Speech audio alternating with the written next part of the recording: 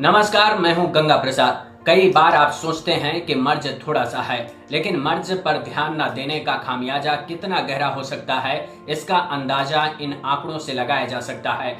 भारत सरकार अर्थशास्त्र में पूरी तरह से फेल रही।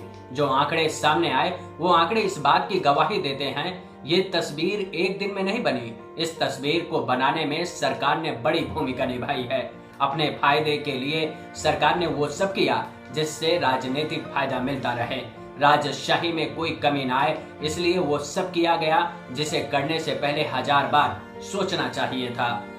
सरकार की नीति नियंताओं के फैसलों का परिणाम सामने आया है। चालू वित्त वर्ष की पहली तिमाही में देश की जीडीपी में 23.9% की भारी गिरावट दर्ज की गई है। इससे पूर्व वर्ष 2019-20 की इसी तिमाही में 5.2% की वृद्धि दर्ज हुई थी। ये पिछले 24 साल की सबसे बुरी तस्वीर है जब देश की अर्थव्यवस्था का इतना बुरा हाल है। सरकार ने वित्तीय वर्ष 2020-21 के पहले क्वार्टर की जीडीपी की घोषणा की।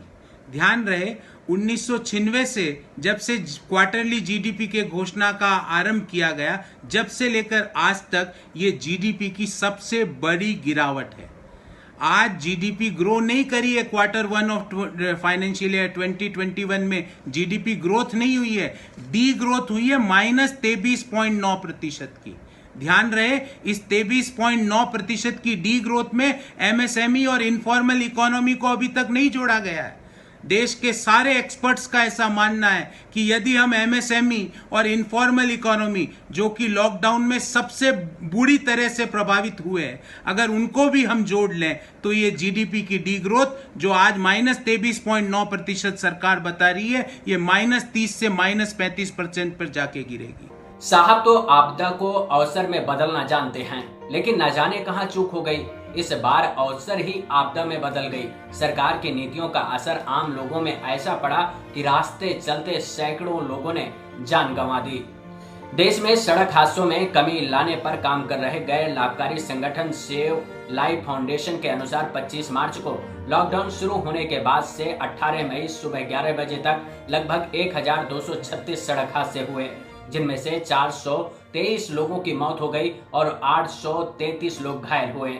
इन आंकड़ों में 158 प्रवासी, 29 आवश्यक वस्तुओं को पहुंचाने का काम करने वाले लोग और 236 अन्य लोग शामिल हैं जिनकी मौत हो गई।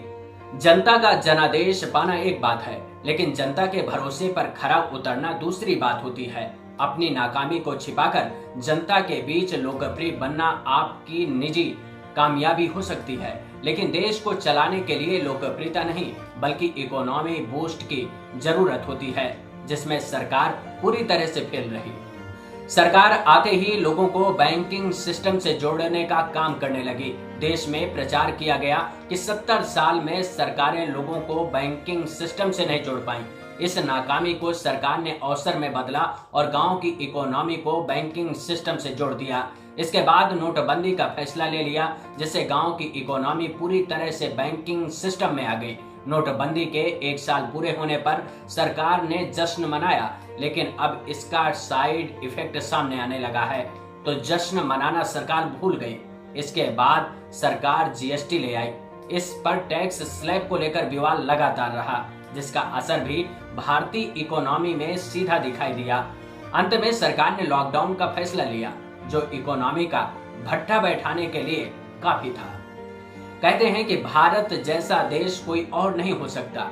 इस देश की खूबसूरती यह है कि अनेक जाति और मजहब होने के बावजूद देश एकजुट है, जिसका ताना बाना ऐसा है कि जिसको समझने में सदियों बीत जाती हैं। लोग अपनी भाषाओं के चलते एक दूसरे से बात नहीं कर पाते, फिर भी देश के साथ खड़े रहते हैं। जब देश को हार्वर्ड और हार्ड वर्क में अंतर बताया जा रहा था, तब लोग इस बात का अंदाजा नहीं लगा पाए कि हार्ड वर्क करने वाले देश को नीलाम करने की स्थिति में लाकर खड़ा कर देंगे।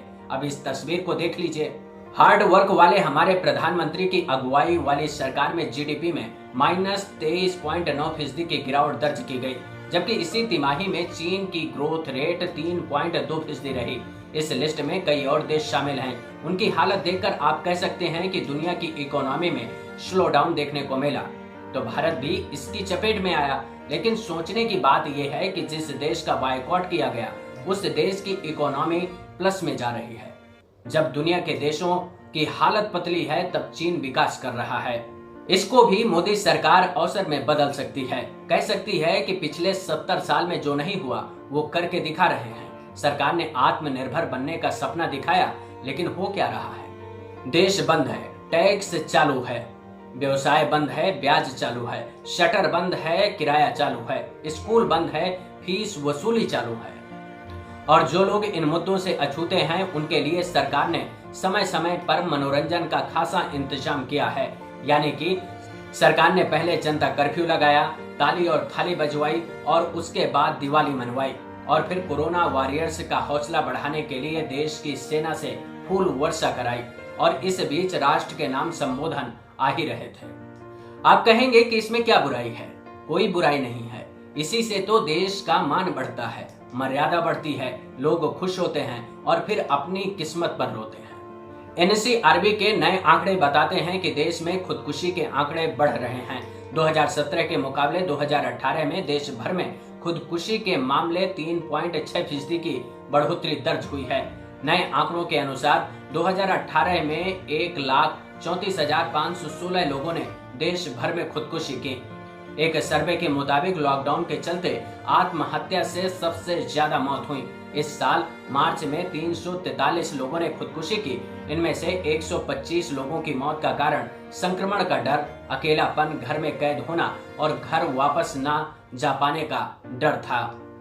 इन आंकड़ों के पीछे सबसे बड़ी तस्वीर छिपी है, जिसे बताने की कोशिश नहीं की जा रही। आर्थिक तंगी के चलते भी लोग परेशान हैं, डिप्रेशन का शिकार हो रहे हैं। लेकिन सरकार कैसे मान लेगी? हमारी नाकामी के कारण लोग अपनी जान गंवा रहे हैं, नौकरियां जा रही हैं, लोगों के पास पैसे नहीं हैं, इसलिए भविष्य निधि का पैसा निकाल रहे हैं। खाने के लिए नहीं है, इसलिए भूखे मरने को मजबूर हैं। लेकिन सरकार 5 किलो अनाज देकर मस्त है। सिर्फ सच ये है कि सरकार इतिहास बनाने आई थी। जो इतिहास बन रहा है वो चाहे नाकामियों से भरा ही क्यों ना हो। सरकार 2 करोड़ लोगों को रोजगार हर साल देने का वादा करके आई थी, लेकिन 2 करोड़ से ज्यादा नौकरियां लोगों की चली गईं, जो गिनती में हैं, लेकिन जिनकी गिनती नहीं है उनकी कोई बात नहीं है। हमारे देश की इकोनॉमी को समझना है तो राहुल गांधी के इस वीडियो से समझ सकते हैं। उन्होंने बताया है कि भारत की इकोनॉमी किस तरह की है।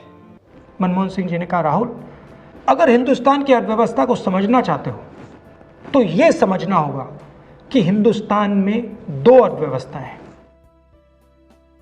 पहली असंगठित अर्थव्यवस्था और दूसरी संगठित अर्थव्यवस्था। संगठित अर्थव्यवस्था में बड़ी कंपनियां, नाम आप जानते हो। असंगठित अर्थव्यवस्था में किसान, मजदूर, छोटे दुकानदार, मिडिल साइज कंपनीज। जिस दिन तक हिंदुस्तान का असंगठित सिस्टम मजबूत है, उस दिन तक हिंदुस्तान को कोई भी आर्थिक तूफान छू नहीं सकता। अब आज के दिन आते हैं।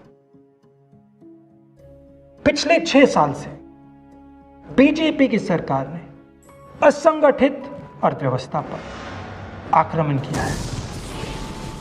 3 बड़े उदाहरण तो मैं आपको अभी दे देता हूं। नोटबंदी, गलत जीएसटी और लॉकडाउन। आप यह मत सोचिए कि लॉकडाउन के पीछे सोच नहीं थी। यह मत सोचिए कि गलती से आखिरी मिनट पे लॉकडाउन कर दिया गया है। इन तीनों का लक्ष्य हमारे इनफॉर्मल सेक्टर को खत्म करने का है।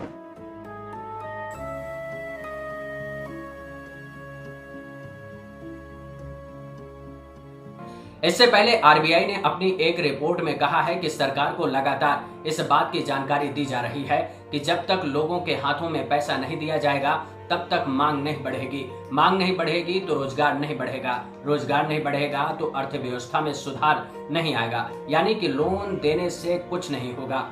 ऐसा क्यों?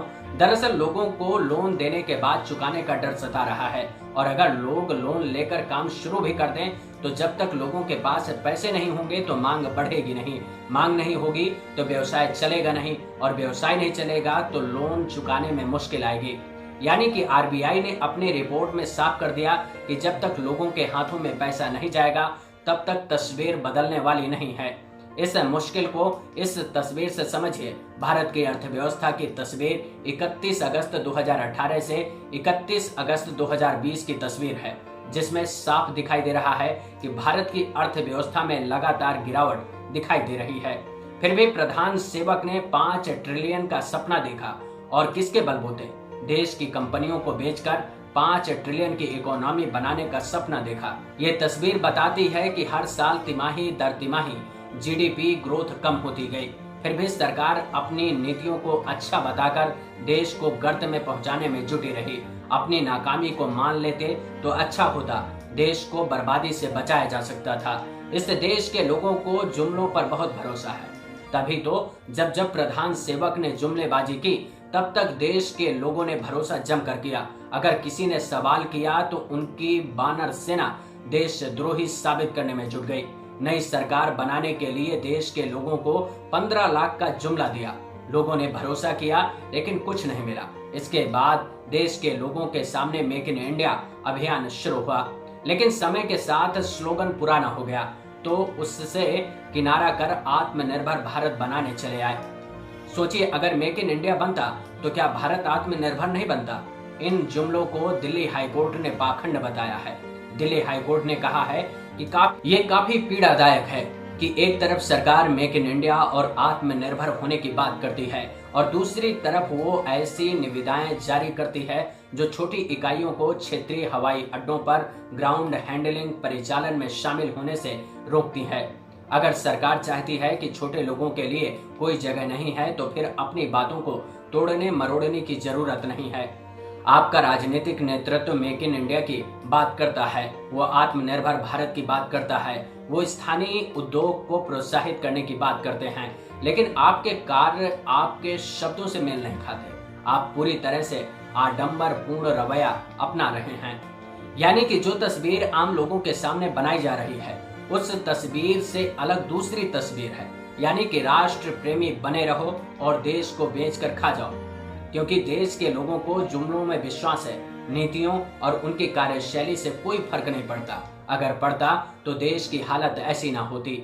अगर ये वीडियो आपको पसंद आया हो तो लाइक, कमेंट, शेयर और सब्सक्राइब करना मत भूलिएगा। साथ ही मैं अपने सभी वीडियो टेलीग्राम में डालता रहता हूँ, तो मेरे टेलीग्राम चैनल को आप ज्वाइन कर सकते हैं, जिससे आपको वीडियो का लिंक आसानी से मिल जाएगा। नमस्कार।